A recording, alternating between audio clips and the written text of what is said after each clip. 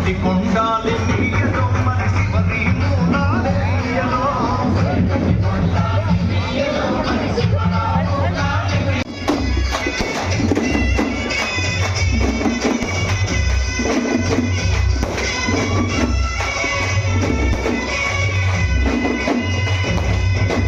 అన్నలు అన్నాలి నీయలో మరి వెన్నెల కోలాలి నీయలో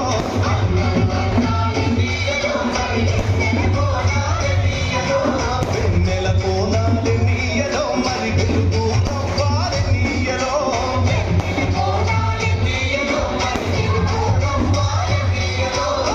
పువ్వు దిక్కుని నీయలో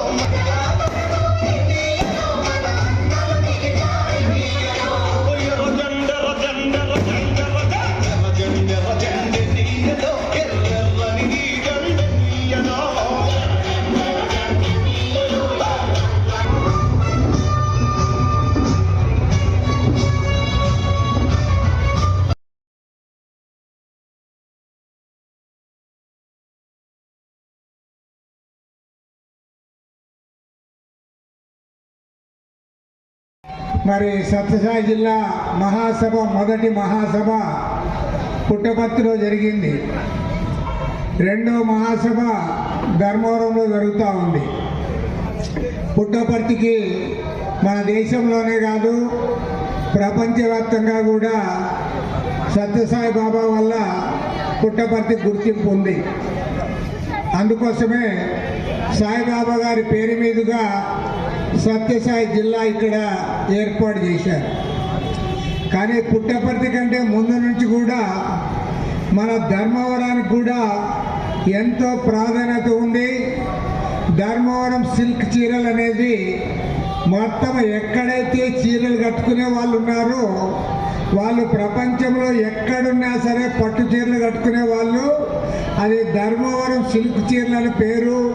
అది నిజంగా చెప్పాలంటే ఆ ఖ్యాతి ఎవరిదంటే ఇవాళ ఇక్కడ ఎవరైతే నైపుణ్యంతో చీరలు నేస్తూ ఉన్నారో, ఎవరైతే చీరలు నేయిస్తూ ఉన్నారో, ఎవరైతే పట్టు చీరల వ్యాపారం చేస్తూ ఉన్నారో వాళ్ళందరికీ కూడా ఆ ఖ్యాతి దక్కుతుంది.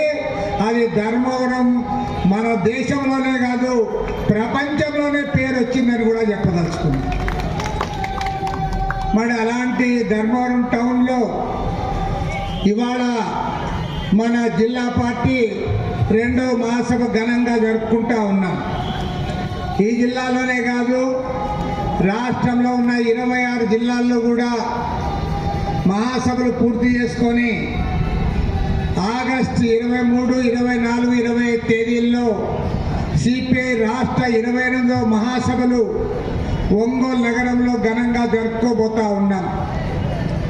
మరి ఇవాళ అన్ని రాష్ట్రాల్లో కూడా మహాసభలు పూర్తి అయిన తర్వాత సిపిఐ జాతీయ 25వ మహాసభలు చండీగఢ్ నగరంలో పెద్ద ఎత్తున నిర్వహించుకోవడానికి అక్కడ ఏర్పాట్లు జరుగుతూ ఉన్నాయి. మరి ఈ మహాసభల్లో ఎవరైతే కష్టజీవులు ఉన్నారో ఆ కష్టజీవుల గురించి, కార్మికుల సమస్యల గురించి, చేనేత కార్మికుల గురించి, ఇతర చేతి వృత్తుల వారి గురించి, రైతుల గురించి, అదేవిధంగా అణగారిన వర్గాల ప్రజల గురించి, దళితుల గురించి, గిరిజనుల గురించి, అంతేకాకుండా ఈవెన్ వ్యాపారస్తులు వాళ్ళు పడుతున్న బాధలు, ఈతి బాధలు, వారి సమస్యల గురించి కూడా ఈ మహాసభల్లో మాట్లాడబోతా ఉన్నాం. ఎందుకంటే ఇవాళ ప్రభుత్వాల వ్యవహార శైలి మనం చూస్తూ ఉంటే ఈరోజు కేంద్రంలో అధికారంలో ఉన్న నరేంద్ర మోడీ ప్రభుత్వం, బీజేపీ ప్రభుత్వం 3 సార్లు వాళ్ళు అధికారంలోకి వచ్చారు. 11 ఏళ్ళైంది వాళ్ళు అధికారంలో ఉండబట్టి. ఈ 11 ఏళ్ల కాలంలో వారు ఏం చేశారో వారే చెప్పలేకపోతా ఉన్నారు. నిజానికి 11 ఏళ్ల కాలంలో వారు ఏమన్నా చేశారా? చేసింటే ఎవరు బాగుపడ్డారు?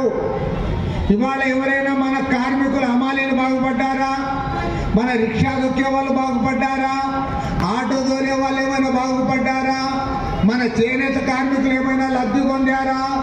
గ్రామీణ ప్రాంతాల్లో వ్యవసాయ కార్మికులు ఏమైనా బాగున్నారా? లేదా రేయనక పగలనక కష్టపడి పనిచేసే మన రైతన్నలు వాళ్ళ జీవితాల్లో ఏమైనా మార్పు వచ్చిందా? ఎవరు బాగుపడ్డారో చెప్పమని మేము అడుగుతా ఉన్నాం. పైగా ఇవాళ ప్రపంచవ్యాప్తంగా నరేంద్ర మోడీ ప్రభుత్వం అధికారంలోకి వచ్చిన తర్వాత మన మర్యాద మంటగలుస్తూ ఉంది, మన పరువు ప్రతిష్టల మంటగలుపుతా ఉన్నారు. ఇవాళ అమెరికా అధ్యక్షుడు డొనాల్డ్ ట్రంప్ గారు నిన్న మాట్లాడతాడు, ఇవాళ భారతదేశం నుంచి ఏవైతే ఎగుమతులు చేస్తూ ఉన్నారో అందులో మన బట్టలు కూడా ఉన్నాయి, వీటన్నిటిపైన కూడా 25% పన్నులు పెంచుతానంటా ఉన్నాడు.